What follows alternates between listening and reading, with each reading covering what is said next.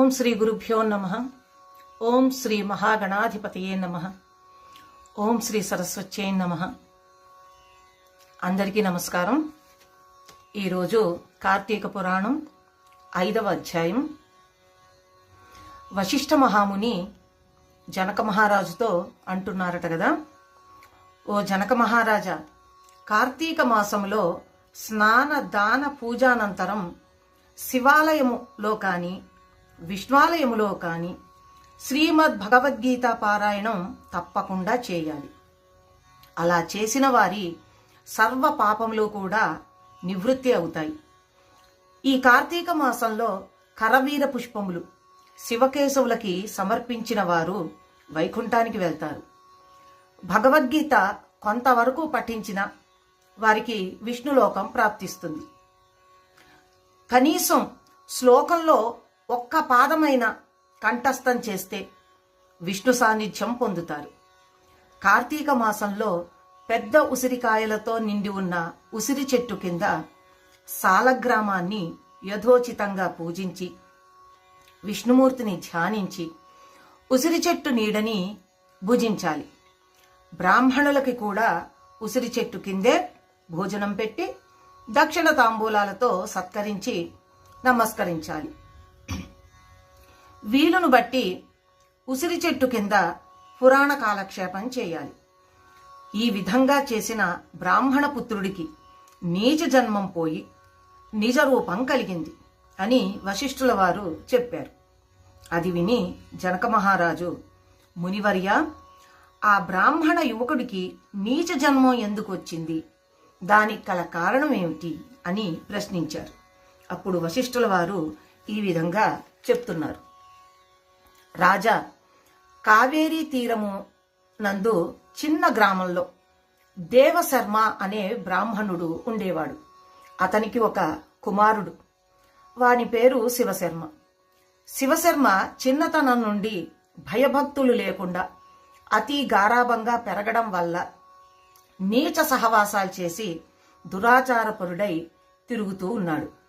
అతని దురాచారాలని చూసి ఒకనాడు అతని తండ్రి దేవశర్మ కుమారుణ్ణి పిలిచి, బిడ్డ, నీ దురాచారాలకి అంతు లేకుండా ఉంది.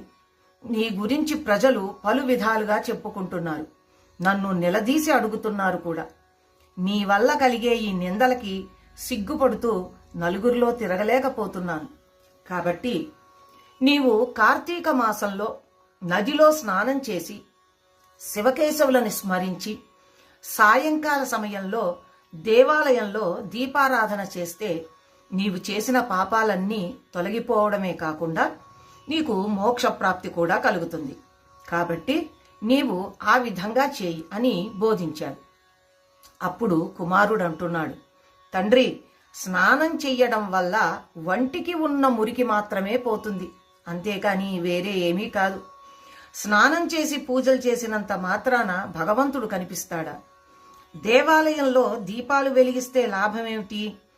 వాటిని ఇంటిలోనే పెట్టుకోవడం మంచిది కదా అని వ్యతిరేకార్థాలతో పెడసరంగా సమాధానం ఇచ్చాడు. కుమారుని సమాధానం విని తండ్రి, ఓరి నీచుడా, కార్తీక మాస ఫలాన్ని అంత చులకనగా చూస్తున్నావు కదా, కాబట్టి నీవు అడవిలో రావి చెట్టు తొర్రలో ఎలక రూపంలో బ్రతుకు అని కుమారుణ్ణి శపించాడు. ఆ శాపంతో కుమారుడైన శివశర్మకి జ్ఞానోదయమైంది. భయపడిపోయాడు. తండ్రి పాదాలపై పడి, తండ్రి క్షమించు, అజ్ఞానాంధకారంలో పడి దైవాన్ని దైవ కార్యాలని ఎంతో చులకన చేసి వాటి ప్రభావాలని గ్రహించలేకపోయాను. ఇప్పుడు నాకు పశ్చాత్తాపం కలిగింది. నాకు శాప విమోచనం ఎప్పుడో ఏ విధంగా కలుగుతుందో దానికి తగిన తరుణోపాయం ఏమిటో వివరించు అని ప్రాధేయపడ్డాడు. అప్పుడు తండ్రి, బిడ్డ, నా శాపాన్ని అనుభవిస్తూ మూషికానివై పడి ఉండగా నీవు ఎప్పుడైతే కార్తీక మాహత్యాన్ని వినగలవో అప్పుడు నీకు పూర్వ దేహస్థితి కలిగి ముక్తిని పొందుతావు అని కుమారుణ్ణి ఊరడించాడు. వెంటనే శివశర్మ ఎలక రూపాన్ని పొంది అడవికి వెళ్లి ఒక చెట్టు తొర్రలో నివసిస్తూ ఫలాలని తింటూ జీవిస్తూ ఉన్నాడు. ఆ అడవి కావేరీ నదీ తీరానికి సమీపంలోనే ఉండడం వల్ల స్నానం కోసమై నదికి వెళ్లే వారందరూ అక్కడ ఉన్న ఆ పెద్ద వటవృక్షం నీడలో కూర్చుండి లోకాభిరామాయణం చర్చించుకుంటూ నదికి వెళ్లి వస్తూ ఉండేవారు. ఈ విధంగా కొంతకాలమైన తరువాత కార్తీక మాసంలో ఒకానొక రోజున మహర్షి అయినటువంటి విశ్వామిత్రుల వారు శిష్య సమేతంగా కావేరీ నదికి స్నానార్థమై బయలుదేరి వెళ్లారు. అలా బయలుదేరి ప్రయాణపు బడిలిక చేత మూషికము ఉన్నటువంటి ఆ వటవృక్షం కిందకి వచ్చి శిష్యులకి కార్తీక పురాణాన్ని వినిపిస్తున్నారు. ఈలోగా చెట్టు తొర్రలో నివసిస్తున్నటువంటి మూషికము వీరి దగ్గర ఉన్న పూజా ద్రవ్యాలలో ఏదైనా తినే వస్తువు దొరుకుతుందేమో అని బయటకు వచ్చి చెట్టు మొదట కూర్చుని ఉంది. అంతలో ఒక కిరాతకుడు వీరి జాడ తెలుసుకుని, వీరు బాటసారులై ఉంటారు, వీరి వద్ద ధనం ఉండి ఉంటుంది, దానిని అపహరిద్దాం అనే దుర్బుద్ధితో వారి దగ్గరికి వెళ్లి చూశాడు. వారందరూ మునీశ్వరులే. వారిని చూడగానే అతని మనస్సు మారిపోయింది. వారికి నమస్కరించి, మహానుభావులారా, తమరు ఎవరు, ఎక్కడి నుంచి వచ్చారు? మీ దివ్య దర్శనంతో నా మనస్సులో చెప్పరాని ఆనందం కలుగుతోంది, వివరించండి అని ప్రాధేయపడ్డాడు. అప్పుడు విశ్వామిత్రుల వారు, ఓ ఈ కిరాతక, మేము కావేరీ నదీ స్నానార్థమై ఈ ప్రాంతానికి వచ్చాం. స్నానమాచరించి కార్తీక పురాణాన్ని పఠిస్తున్నాం. నీవు కూడా ఇక్కడే కూర్చో, సావధానుడవై ఆలకించు అని చెప్పారు. అప్పుడు కిరాతకుడు కార్తీక మాహత్యాన్ని శ్రద్ధగా ఆలకిస్తూ ఉండగా తన వెనకటి జన్మ వృత్తాంతమంతా అతనికి జ్ఞాపకం వచ్చింది. ఇంకేం, పురాణ శ్రవణం అయిన తరువాత ఆ కిరాతకుడు వారందరికీ నమస్కారం చేసి తన పల్లెకి వెళ్ళిపోయాడు.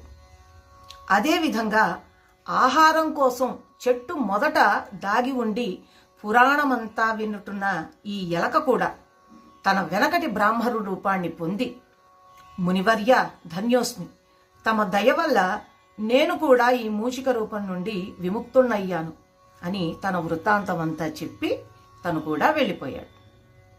కనుక ఓ జనక, ఇహములో సిరి సంపదలు, పరలోకంలో మోక్షము కోరుకునేవాళ్ళు తప్పకుండా ఈ కార్తీక పురాణాన్ని చదివి ఇతరులకి వినిపించాలి అని ఈ విధంగా వశిష్ఠ మహాముని వనభోజన మాహిత్యాన్ని, అలాగే కిరాత మూషికములు మోక్షం పొందిన విధానాన్ని జనక మహారాజుకి వివరించారు.